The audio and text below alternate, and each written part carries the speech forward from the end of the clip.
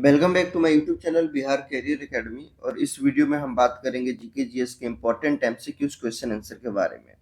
आप वीडियो पूरा देखिएगा ध्यान से और आप अपना स्कोर जरूर बताइएगा कि आपका स्कोर 25 में से कितना रहा है। एंडिंग में आप इस स्कोर कमेंट में जरूर बताइएगा। और किसी भी क्वेश्चन में अगर आपको डाउट हो तो आप उस क्वेश्चन को कमेंट में लिख दीजिएगा, मैं उसके बारे में उसकी फुल डेफिनेशन दे दूंगा। और यहाँ पर क्वेश्चन के बारे में हम उसके जितने भी इम्पोर्टेंट डेफिनेशन होंगे या उससे रिलेटेड इंफॉर्मेशन होगी तो मैं वहां देते चलूंगा। तो टाइम वेस्ट किए बिना चलिए बढ़ते हैं अपने फर्स्ट क्वेश्चन की तरफ। हमारा फर्स्ट क्वेश्चन है, दुनिया का सबसे बड़ा मूंगा चट्टान कौन सा है? इसका सही जवाब रहेगा ग्रेट बैरियर रिफ। जो ग्रेट बैरियर रिफ है वो वर्ल्ड का सबसे बड़ा जो है मूंगा चट्टान है, जो ऑस्ट्रेलिया के क्वींसलैंड राज्य में स्थित है। याद रखिएगा कहाँ है, तो ऑस्ट्रेलिया के क्वींसलैंड क्वींसलैंड में स्थित है। नेक्स्ट क्वेश्चन है, किस ग्रह को सुबह का तारा या शाम का तारा कहा जाता है? इवनिंग स्टार या मॉर्निंग स्टार कहा जाता है? इसका सही जवाब रहेगा शुक्र को।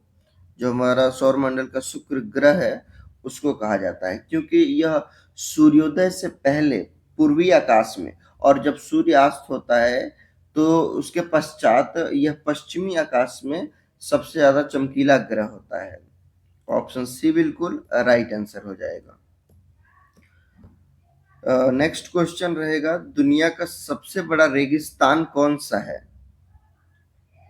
दुनिया का सबसे बड़ा जो रेगिस्तान है वह आर्कटिक ध्रुवीय रेगिस्तान है। याद रखिएगा, जो अंटार्कटिका महाद्वीप पर स्थित है। किस महाद्वीप पर स्थित है? तो अंटार्कटिका महाद्वीप पर स्थित है। ऑप्शन सी बिल्कुल करेक्ट आंसर हो जाएगा। क्वेश्चन नंबर 4 है, कितने वर्ष कठिन तपस्या के बाद भगवान बुद्ध को ज्ञान प्राप्ति हुई थी? इसका राइट आंसर रहेगा 6 वर्ष की कठिन तपस्या के बाद सिद्धार्थ को बोध गया में पीपल के पेड़ के नीचे, याद रखिएगा जो बुद्ध भगवान का नाम था, वो ज्ञान प्राप्ति के बाद उनको भगवान बुद्ध कहा गया। उनका नाम जो पहले था वो सिद्धार्थ था। और इन्हें बोध गया जो बिहार में स्थित है उसके नीचे वहां पर पीपल के पेड़ के नीचे यानी ज्ञान की इन्हें प्राप्ति हुई थी, जिसके बाद इन्हें भगवान बुद्ध के नाम से जाना जाता है। यानी कि कितने वर्ष लगे थे, कितना टाइम? 6 ईयर। ऑप्शन ए बिल्कुल राइट आंसर रहेगा। अब आज के लिए मैं अपने माफी चाहूंगा, कुछ दिन से तबीयत ठीक नहीं है जिसकी वजह से आवाज में आपको बदलाव दिखेगा, उसके लिए I am sorry. Next question है, किस जानवर के दूध का रंग गुलाबी होता है? यानी उसके जो मिल्क का कलर रहेगा वो पिंक रहेगा। इसका राइट आंसर हो जाएगा हिप्पोपोटेमस, यानी हिप्पो जिसे हम हिप्पोपोटेमस कहते हैं या जिसे दरियाई घोड़ा कहा जाता है। याद रखिएगा इसे दरियाई घोड़ा कहा जाता है। इसके दूध का रंग गुलाबी होता है क्योंकि इनके दूध में दो खास एसिड होते हैं। कौन कौन से होते हैं? तो आइए हम उसे देख लेते हैं। जो फर्स्ट एसिड होता है हिपोस्टोरिक एसिड, मैं यहाँ पर लिख दे रहा हूं, आप नोट जरूर कर लीजिएगा। हिपोस्टोरिक एसिड।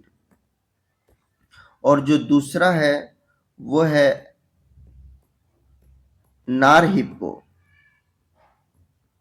नारहिप्पोस्टोरिक एसिड। ये दोनों एसिड पाए जाते हैं जिसके कारण इसका जो मिल्क कलर होता है वो पिंक होता है। ऑप्शन डी बिल्कुल करेक्ट आंसर हो जाएगा। क्वेश्चन नंबर 6 है, किस देश को लैंड ऑफ व्हाइट वाटर कहा जाता है? लैंड ऑफ व्हाइट वाटर कहा जाता है, इसका सही जवाब रहेगा कनाडा को। कनाडा, ऑप्शन सी बिल्कुल राइट आंसर रहेगा। क्वेश्चन नंबर 7 है, किस फल में सबसे ज्यादा कॉपर होता है? तो सबसे ज्यादा कॉपर अंजीर में पाया जाता है। Cu, जिससे हम डिनोट करते हैं कॉपर को, Cu। ऑप्शन ए बिल्कुल राइट आंसर हो जाएगा। क्वेश्चन नंबर 8 है, भारत का प्रथम नोबेल पुरस्कार किस विषय के लिए दिया गया था? तो जो भारत का प्रथम जो नोबेल पुरस्कार है, वो भारत का पहला नोबेल पुरस्कार रविंद्रनाथ टैगोर जी को दिया गया था। तो ये जान लीजिए किसे दिया गया था, तो रविंद्रनाथ टैगोर, रविंद्रनाथ टैगोर जी को दिया गया था। और ये किसके लिए दिया गया था, तो साहित्य के लिए। उन्हें यह पुरस्कार 1913 में 1913 में दिया गया था साहित्य के लिए। और उनकी किस कृति थी याद रखिएगा, तो उनकी जो कृति थी वो गीतांजलि, गीतांजलि के लिए ये इन्हें नोबेल पुरस्कार दिया गया था। ऑप्शन ए बिल्कुल राइट आंसर हो जाएगा।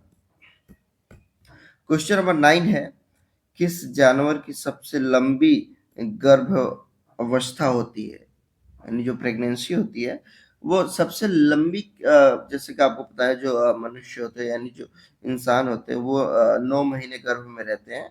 तो वैसे सबसे जो जानवर सबसे ज्यादा जो गर्भ में रहता है उसकी अवस्था क्या है, कितने समय, कौन सा जानवर है? तो इसका राइट आंसर हो जाएगा हाथी।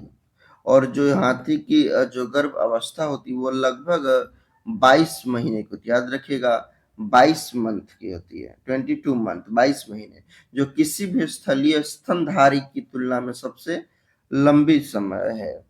ऑप्शन ए बिल्कुल राइट आंसर हो जाएगा। क्वेश्चन नंबर 10 है, सल्तनत काल में सबसे बड़ा साम्राज्य किसका था? इसका राइट आंसर हो जाएगा अलाउद्दीन खिलजी।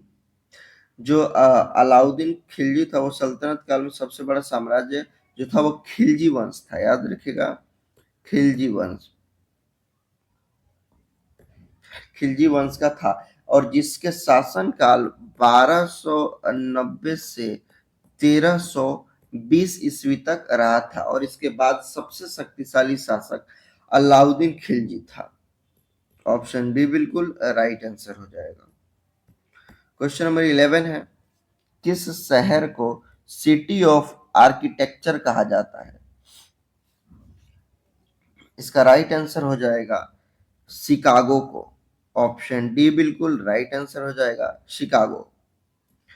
क्वेश्चन नंबर 12 है, गांव में आयोजित होने वाला भारतीय राष्ट्रीय कांग्रेस का प्रथम अधिवेशन कब हुआ? इसका राइट आंसर हो जाएगा 1937 में हुआ था। ऑप्शन बी बिल्कुल राइट आंसर हो जाएगा 1937। नेक्स्ट क्वेश्चन है, गिद्दा किस राज्य का लोक नृत्य है? तो गिद्दा जो किस राज्य का लोक नृत्य है, इसका सही जवाब रहेगा पंजाब का, जिसे प्रमुख रूप से महिलाएं करती हैं, याद रखिएगा इसे फीमेल करती हैं, मतलब मेनली इसे फीमेल करती हैं बट मेल भी कर सकते हैं, प्रमुख रूप से स्त्रियां करती हैं इस नृत्य को। अगर आपको आगे बढ़े उससे पहले अगर आपको जो क्लासिकल डांस है डांसर से रिलेटेड अगर फुल वीडियो चाहिए तो वीडियो हमारे प्लेलिस्ट में पड़ी हुई है। यूट्यूब चैनल पे आप जाएंगे तो आप प्लेलिस्ट मिल जाएगी, जितने भी प्रमुख डांसर्स हैं और जो हमारे शास्त्रीय नृत्य हैं उनके बारे में विस्तार से उसमें पढ़ाया गया है। अदरवाइज आप इस राइट साइड में आई बटन पे क्लिक करके इस प्लेलिस्ट को डायरेक्ट एक्सेस कर सकते हैं। चलिए बढ़ते हैं अगले नेक्स्ट क्वेश्चन की तरफ। 14 नंबर क्वेश्चन है, संवैधानिक सलाहकार कौन थे? इसका सही जवाब रहेगा बी एन राव। जब संविधान बन रहा था तो उसके संवैधानिक सलाहकार बी एन राव थे। ऑप्शन सी बिल्कुल राइट आंसर हो जाएगा। क्वेश्चन नंबर 15 है, शून्य का आविष्कार किसने किया था? इसका सही जवाब रहेगा आर्यभट्ट। हालांकि आविष्कार नहीं किया था, इसके बारे में उन्होंने बताया था, जैसे शून्य की जो वैल्यू होती है उसको इन्होंने ही प्रस्तुत किया था। ऑप्शन सी बिल्कुल राइट आंसर हो जाएगा। क्वेश्चन नंबर 16 है, कोयले से उत्पादित ऊर्जा को क्या कहा जाता है? जो कोयले से एनर्जी बनती है उसे क्या कहा जाता है? इसका सही जवाब रहेगा कोयले से उत्पत्ति ऊर्जा को थर्मल ऊर्जा या तापीय ऊर्जा कहते हैं। याद रखिएगा, ताप ऊर्जा या थर्मल ऊर्जा, थर्मल एनर्जी कहा जाता है। ऑप्शन ए बिल्कुल राइट आंसर हो जाएगा। क्वेश्चन नंबर 17 है, जिन शब्द का प्रयोग किसने किया था? जो जिन शब्द है इसका प्रयोग सर्वप्रथम किसने किया था? तो जिन शब्द का प्रयोग सर्वप्रथम विलियम जोहानसन ने किया था। याद रखिएगा, विलियम जोहानसन ने किया था। ये वनस्पति शास्त्री थे। ये मतलब इन्हें वनस्पति विज्ञान में बहुत नॉलेज थी। और ये कहाँ के रहने वाले थे? तो याद रखिएगा, डेनमार्क। डेनमार्क के वनस्पति शास्त्री थे। ऑप्शन डी बिल्कुल करेक्ट आंसर हो जाएगा। क्वेश्चन नंबर 18 है, मानव रक्त का रंग किसके कारण से बनता है? जो मानव रक्त होता है, जो हमारा ह्यूमन ब्लड होता है, उसका जो रंग होता है वो किसके कारण होता है? तो मानव त्वचा का रंग जो होता है, तो जो त्वचा का रंग होता है वह मेलेनिन नामक वर्णक की मात्रा के कारण होता है। याद रखिए, किसके कारण? तो मेलेनिन के कारण होता है, जो त्वचा की कोशिकाओं में बनता है। ऑप्शन बी बिल्कुल राइट आंसर हो जाएगा। क्वेश्चन नंबर 19 है, लोहे में जंग किस कारण लगता है?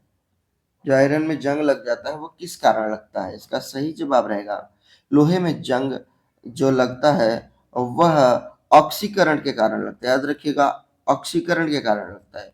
और जो ऑक्सीकरण की प्रक्रिया होती है यह ऑक्सीजन और पानी, याद रखिएगा, ऑक्सीजन और यानी कि O2 और ऑक्सीजन हो गया, और वाटर यानी इसमें हम अगर D2 भारी जल भी रख लें, यानी ऑक्सीजन और H2O, H2O हाइड्रोजन ऑक्सीजन के कारण मतलब इसमें लगता है जंग।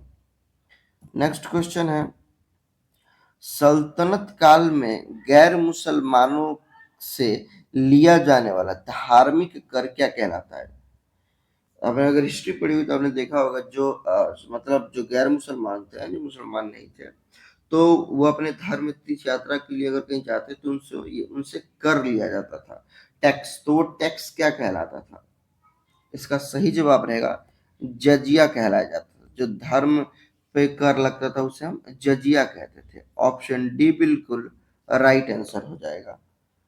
क्वेश्चन नंबर 21 है, राजा राम मोहन राय ने ब्रह्म समाज की स्थापना कब की थी? इसका सही जवाब रहेगा, राजा राम मोहन राय ने 20 अगस्त 1828 को, याद रखिएगा, 20 अगस्त 1828 1828 को इसकी स्थापना की थी। और इसकी स्थापना कहाँ की थी? तो कलकत्ता, जो अब का कोलकाता है। ऑप्शन ए बिल्कुल राइट आंसर हो जाएगा। क्वेश्चन नंबर 22 है, भारत का सबसे बड़ा शहर कौन सा है? भारत का सबसे बड़ा शहर अगर जनसंख्या की दृष्टि से देखा जाए तो मुंबई है। ऑप्शन ए बिल्कुल राइट आंसर हो जाएगा, मुंबई। क्वेश्चन नंबर 23 है, सर्वप्रथम किस आंदोलन का प्रारंभ हुआ था? तो सर्वप्रथम ब्रह्म समाज आंदोलन का प्रारंभ हुआ था। ऑप्शन ए बिल्कुल राइट आंसर हो जाएगा। क्वेश्चन नंबर 24 है, तिब्बत में किस नदी को शांगपो कहा जाता है? तो जो भारत से तिब्बत में जो नदी जाती है उसका नाम बदल जाता है, तो किस नदी को शांगपो कहा जाता है? इसका राइट आंसर हो जाएगा, ब्रह्मपुत्र नदी। जो भारत में ब्रह्मपुत्र नदी है, जब वो तिब्बत में एंट्री करती है तो उसे हम सांगपो कहते हैं। याद रखिएगा, शांगपो नदी। ऑप्शन डी बिल्कुल राइट आंसर हो जाएगा। क्वेश्चन नंबर 25 है, पुर्तगालियों ने गोवा को कब स्वतंत्र किया था?